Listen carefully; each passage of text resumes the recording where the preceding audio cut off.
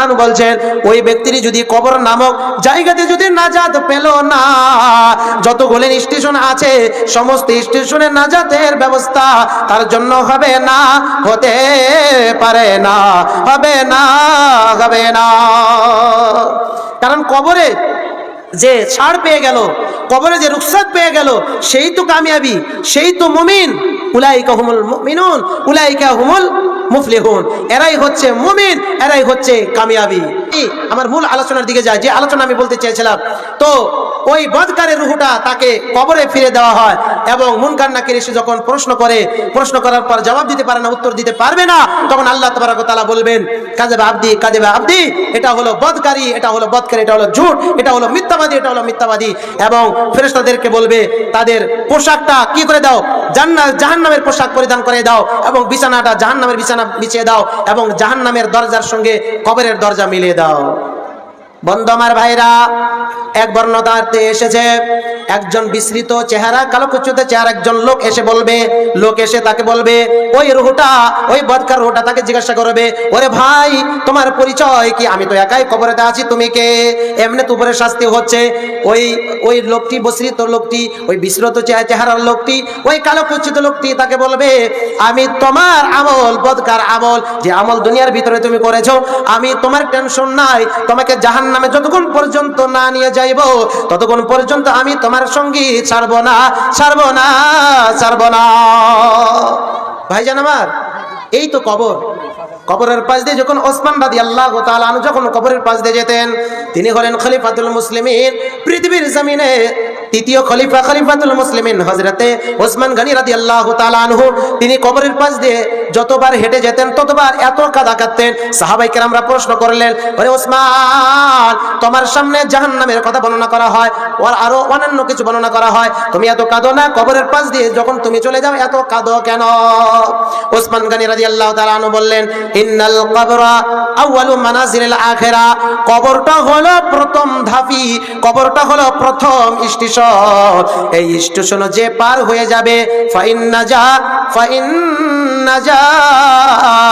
আহাদুন ফামা বাদাহু আইসারু মিনহু, ওই প্রথম ধাবাতে যে ব্যক্তি পার হয়ে গেল, যে ব্যক্তি নাজাত পেয়ে গেল, তারপরে যত ধাপি রয়েছে, যার তারপরে কবরের পরে যতগুলি স্টেশন রয়েছে, যতগুলি মুসিবত রয়েছে, প্রত্যেকটি মুসিবত তার জন্য আসান হয়ে যাবে, সহজ হয়ে যাবে।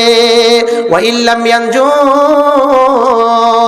আর কবরের প্রথম ধাবাতে প্রথম স্টেশনে সে ব্যক্তি যদি ফেসে গেল, ফামা বাদাহু আসাদ্দু মিনহু, শুনে রাখেন, জেনে রাখেন, তিরমিজি শরীফের হাদিস, আল্লাহর নবীজি বলছেন, হযরতে ওসমান গনি রাদিয়াল্লাহু তাআলা আনহু বলছেন, ওই ব্যক্তির যদি কবর নামক জায়গাতে যদি নাজাত পেল না, যতগুলো স্টেশন আছে সমস্ত স্টেশনে নাজাতের ব্যবস্থা তার জন্য হবে না, হতে পারে না, হবে না, হবে না। কারণ কবরে যে ছাড় পেয়ে গেল, কবরে যে রুখসাত পেয়ে গেল, সেই তো কামিয়াবি, সেই তো মুমিন। উলাইকা হুমুল মুমিনুন উলাইকা হুমুল মুফলিহুন, এরাই হচ্ছে মুমিন, এরাই হচ্ছে কামিয়াবি। বন্ধু আমার ভাইরা, প্রথম ধাপে যদি আমি ফেল করিনি, তাহলে যতগুলো স্টেশন রয়েছে প্রত্যেকটি স্টেশন আমাদের জন্য ভয়ঙ্কর রয়েছে।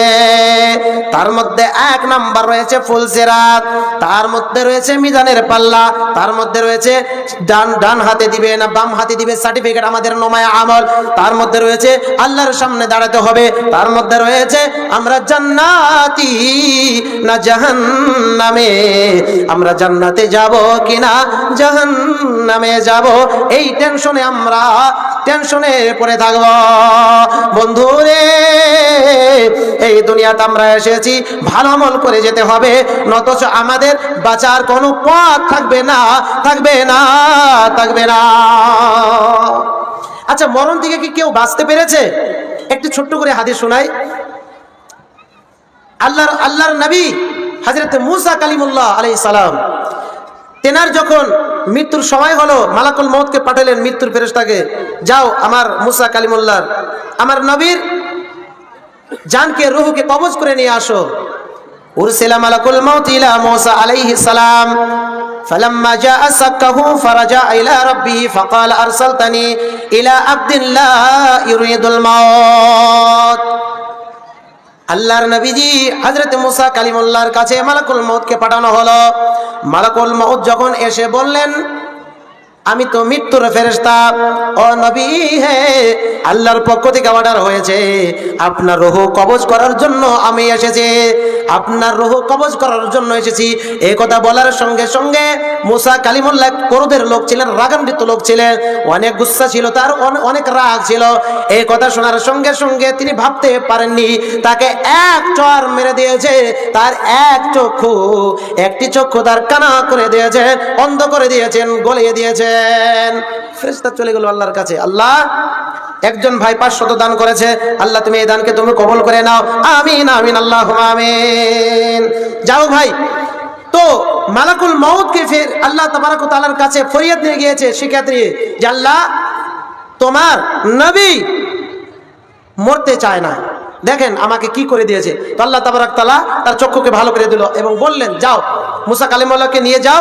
এবং সাউর শব্দ হয়েছে হাদিসের মধ্যে, একটি গরু, আমরা দামড়া বলি না, ষাড় গরু পিঠের উপরে হাত রেখে যতটি পশম আসবে, পশম বোঝেন ভাই, লোম, তো যতটি পশম আসবে একটি পশমের বিনিময় 1000 বছর করে তাকে দান করা হলো। মুসা কালিমুল্লাহ এ কথা শোনার সঙ্গে সঙ্গে তারপরে বললেন, তারপরে কি হবে?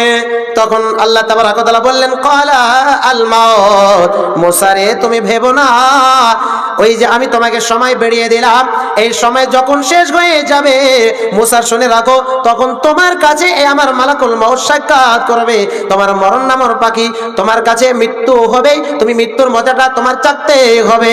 তখন মুসা কালিমুল্লাহ চেতনা ফিরে আসলো, তিনি বুঝতে পারলেন। তখন মুসা কালিমুল্লাহ রেডি হয়ে গেলেন, আল্লাহ, আমি আর দুনিয়াতে বাঁচতে 1 সেকেন্ডের জন্য, 1 মুহূর্তের জন্য বাঁচতে চাই না। মালাকুল মউত তার রূহটা কবজ করে নিয়ে চলে গেলেন। দেখেন, একজন নবী হইয়া তিনি অস্বীকার করেছিলেন, তিনি হয়তো বুঝার ভুল ছিল, তিনি বুঝতে পারেননি যে মরণ মৃত্যু হবে না, নবীদেরও মৃত্যু হয়েছে। পৃথিবীর জমিনে বাদশাহ, যত বড় বড় বাদশাহ এসেছিল, ফেরাউনের মতো বাদশাহ, তিনিও কি আছে দুনিয়াতে?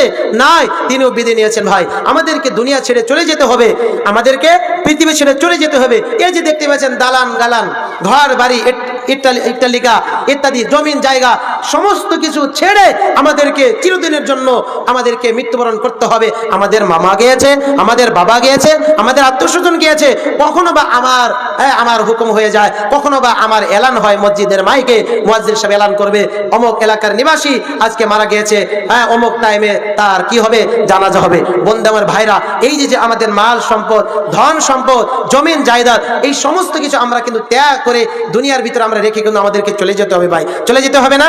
আল্লাহ তাবারক ওয়া তাআলা বলছেন, ওয়া আনফিকু মিম্মা রাযাকনাকুম মিন ক্বাবলি আইয়াতি আহাদুকুমুল মাউত ফায়াকুল রাব্বি লাউলা আখারতানি ইলা আজালিন করিব ফাসাদদাকা ওয়া আকুম মিনাস সালিহিন।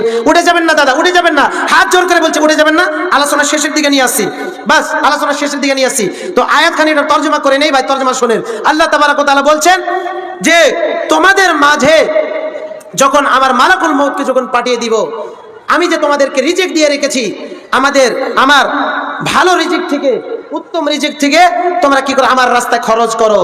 তোমাদের কাছে আমার মালাকুল মউত যাওয়ার আগে, তোমাদের মাঝে কাউরির কাছে মালাকুল মউত যাওয়ার আগে সম্পদ থেকে, জমিন জায়দাদ থেকে, টাকা পয়সা, আমার রিজিক থেকে আমার রাহে তোমরা খরচ করে দাও।